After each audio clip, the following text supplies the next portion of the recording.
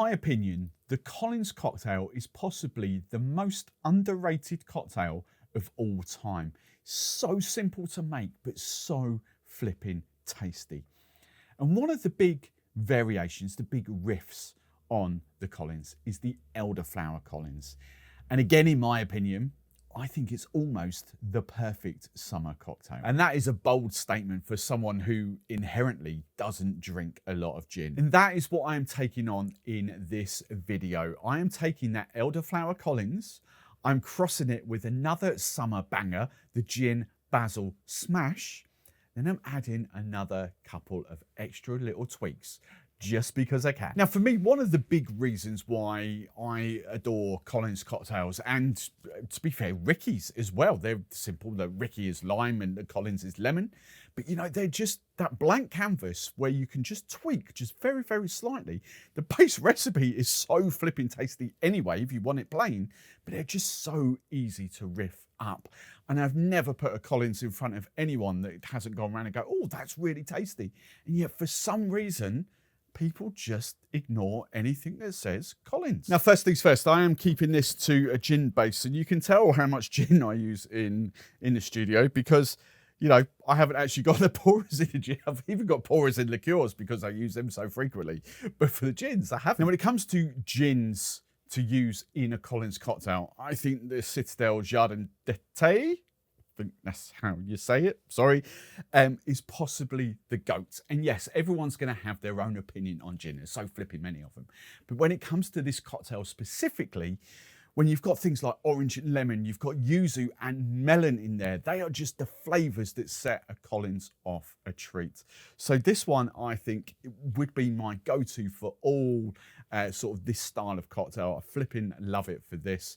And the best thing is it has got those big sort of juniper top notes in there as well that you also want for this style of cocktail. So we're going for the full whack, 2 ounces, 60 ml, double bubble of a Jardin d'Eté. Someone's going to write that phonetically now down in the comments and completely show me up, but I can't see any other way how you'd say it. D'Eté?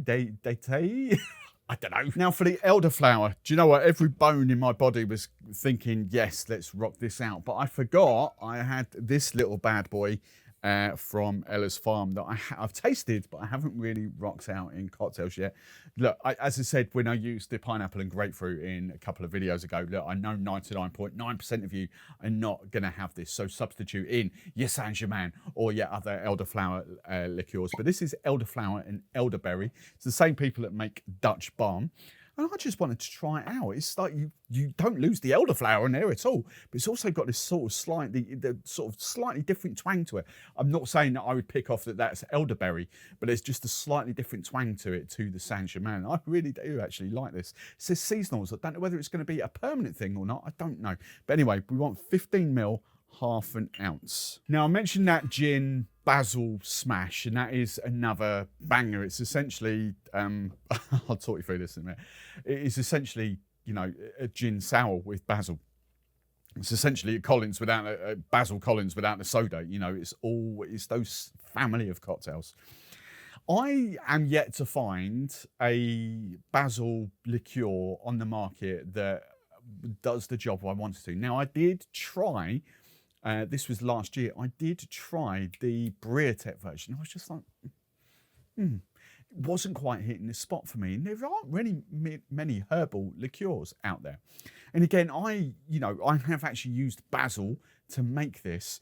But my whole ethos in here is like, I don't want people, my whole ethos is bartending, I don't want you scrapping around for basil leaves. And then if you've got basil, if you've got this cocktail on the menu and you run out of basil, what are you going to do? So I like to make ingredients that are shelf stable that I can go to and use. That's my philosophy now.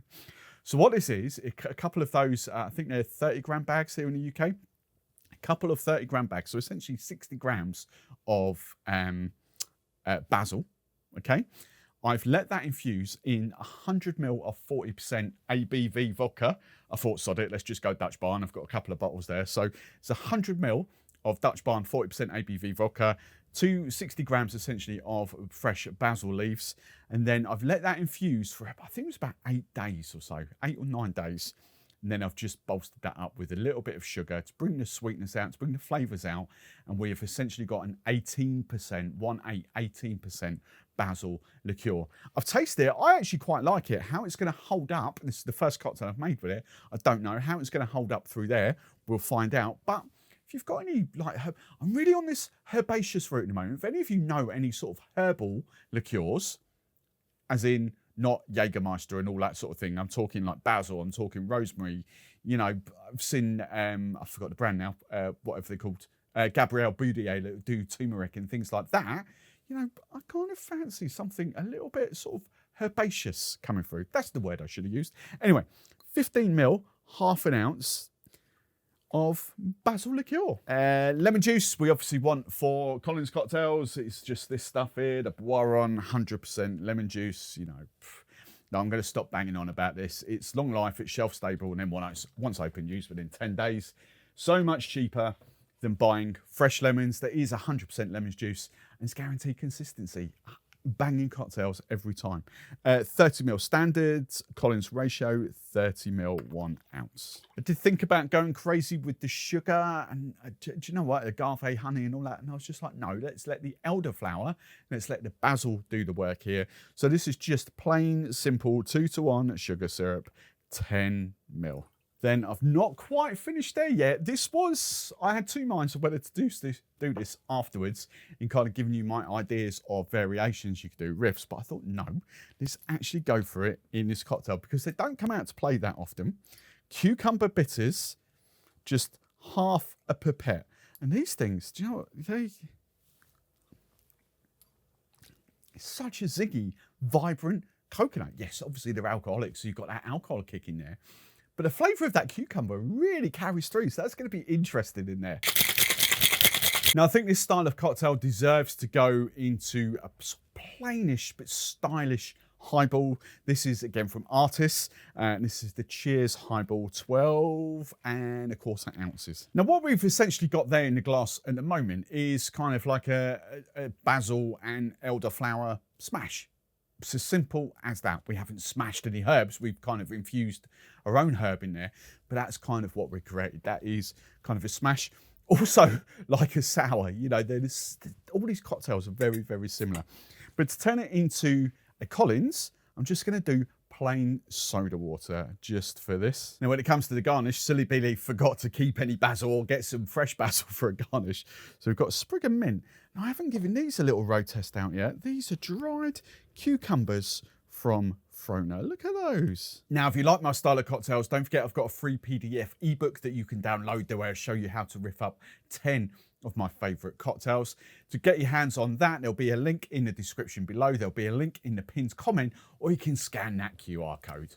Now, bearing in mind my previous statement where I don't drink many gin cocktails, I haven't really drank many herbaceous cocktails in the past due to lack of ingredients like your basil in this case.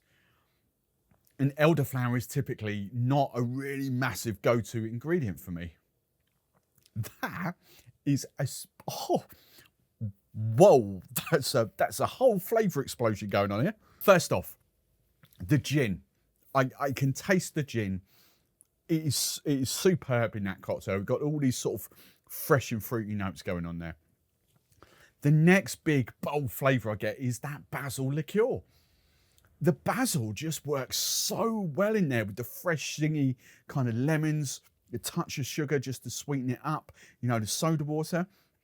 And then you've got this, I don't know what the difference would have been if I used Saint-Germain instead of the Ellis Farm elderflower and elderberry, but you've definitely got this elderflowery kind of, I'd say more unctuous. That's the kind of a word I use for that. More vibrant, more, you know, the way I describe it is if I was using agave in there instead of sugar syrup, that similar kind of thing. I'm not sure how to quite convey that in the video, but hopefully you understand from me. It's not heavier, richer may be the word, a richer elderflower taste coming on there.